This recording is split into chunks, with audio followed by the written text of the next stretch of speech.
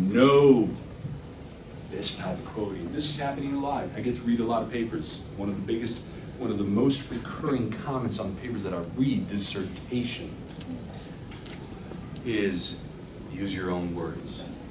Use your own words. Use your own words. When considering the matters of sex education for children with intellectual disabilities, Barnard bracket, I'll state that copy paste, a couple of these, already cited, I'm good. Use your own words. Tell the world that you're a scholar.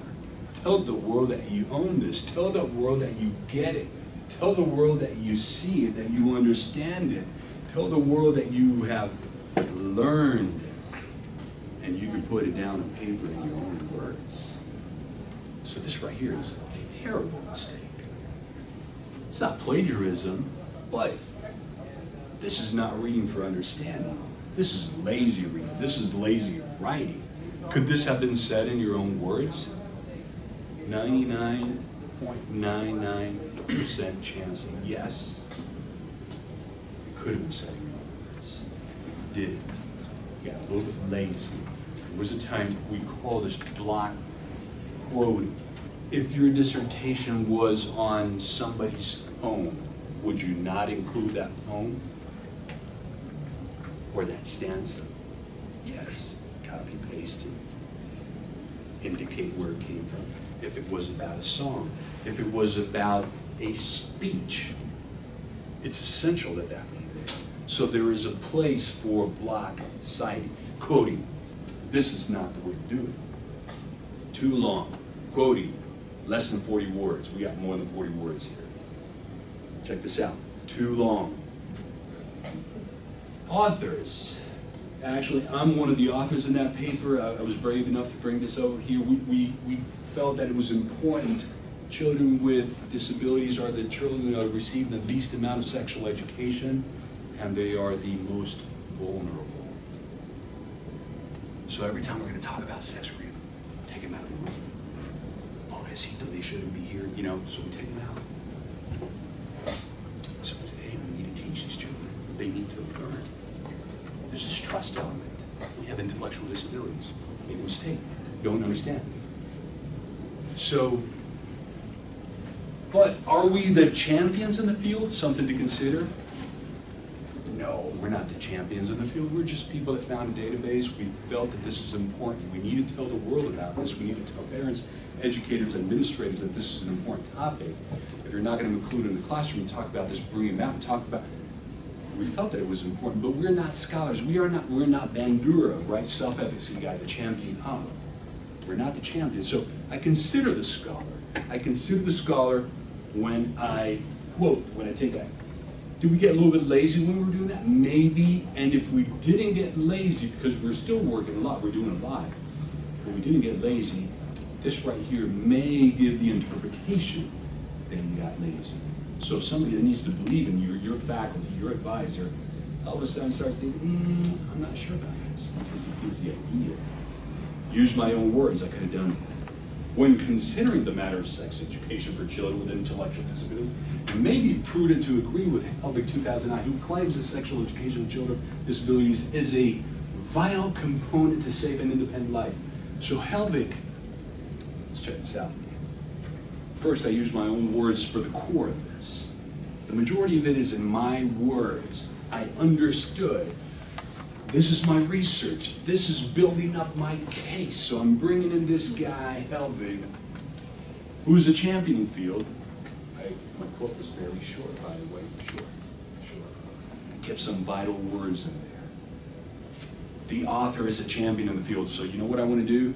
I want to tell the rest of the world that I am prudent enough, or that I am agreeing with Helvig, because Helvig is a champion in this field, and I've read him. Sometimes we conduct a literature review, and this is one of the typical questions that we get. How many citations?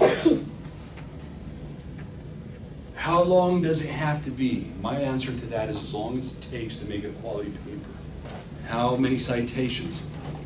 As exhaustive and as comprehensive as you can. You can take your A, B papers, right? Your A list, your B list, probably focus on those guys, maybe bring in something from the C list. But you must have read A, B, and C, which could be 200 different papers.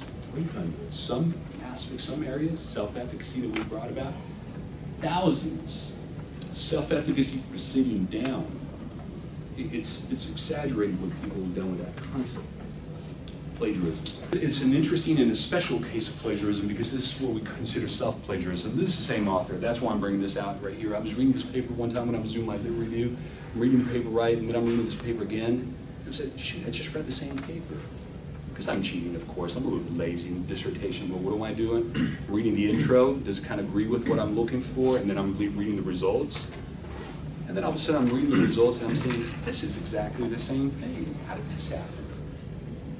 So when I'm reading that, from paper at the top, despite its methodologic benefits and adaptability, using EMA to index physical activity has some limitations. First, physical activity may be underrepresented because it is more difficult to respond.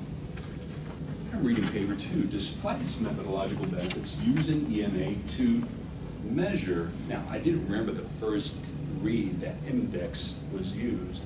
So when I read measure, I'm thinking I'm still reading the same thing, the context of physical activity. So let's check out what happened in this paper. So adaptability from the paper on the second paper was pulled out. We talked about changing, and by the way, one of the techniques in paraphrasing is use as few words as you can. So on the second run, they used a few less words. Got rid of adaptability. Then they changed a word. Which one did they change? Measure and index, and underreported versus underrepresented. Not the same word, by the way, but they felt, you know, I got to change a word. Let's go with this one. Added a word. However, previously reported, that's not in the first one. So, change direction. Were greater. What does the second run say? No greater than. Change the direction of a measurement and value. So I am stronger than I am weaker. I am faster, and on the paper I'm slower. You can write the same thing right by addressing the slowness or the weakness. This is self-plagiarism. Plagiarism occurs, happens all too often. Happens many times by mistakes, happens sometimes intentionally. Because it happens all too often, there are those who have developed stronger, more robust mechanisms to detect it. Turnitin offers the ability for enrolled students to submit a paper to the Turnitin system, this web-based software, and then it compares their written assignments to materials that are already in the Turnitin database. And it returns an originality report that highlights any instances where the students' work matched things that were already in the database. Marcelo mentioned being able to put something in Google and see where the original source was. Turnitin functions a little bit more effectively, but works the same way. So here's a screenshot that I took from a student paper, and you can see where there were several instances of copying another student's work. So I'm going to show you what that looks like on the website here. Before I do that, I just wanted to put up a few numbers so that you can see the content of what's in the Turnitin database. They have more than 330 million student papers, work that has already been submitted to Turnitin and added to the database, more than 120,000 scholarly titles, and then more than 45 billion, I mean it's probably up to 47 billion today, 48 billion tomorrow, current and archived websites that are in their database. I just wanted to show you pretty quickly an example of what this originality report looks like. So here are some hypothetical papers that have been uploaded to Turnitin. As the student and as the professor, I can see a similarity index, hopefully that's visible there, a percentage match from what the student wrote and what was in the Turnitin database. So you can see that high percentage there might cause a little bit of alarm. It's nicely color-coded. Looks like we're getting into the orange or red spectrum, so let's look at that one. On the left side here is the student work. And then on the right, we have a list of sources that Turnitin has identified as a potential match.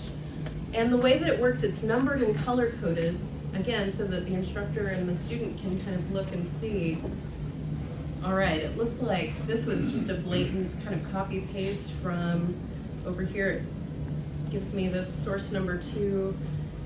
I'm able to look and see where that text appeared in the original source, kind of view it in context. Marcelo talked about quoting.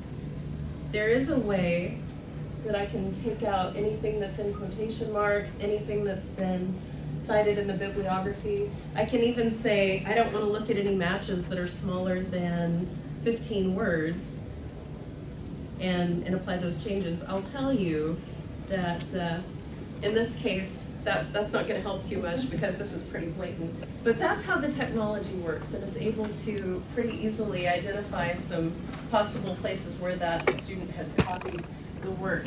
Authenticate, this is kind of a sister product to Turnitin. Instead of being used for classroom work, Authenticate is geared more toward graduate students, faculty, those that are proposing grant proposals, writing their own research manuscripts.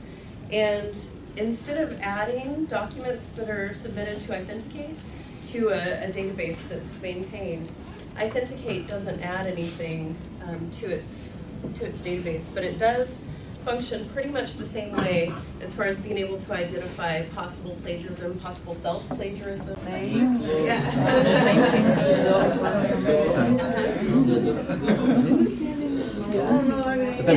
Rewrite this in your own words. Okay? So, which one do you want to do?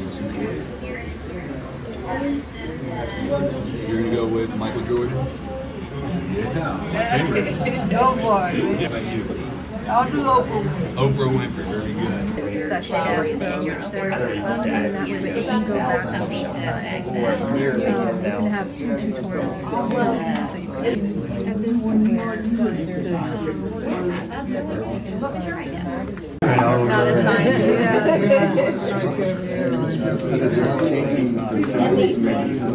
Yeah. Really like that phrase. You can rewrite it and include something, or you could include like maybe in the last 2 hours explore or use these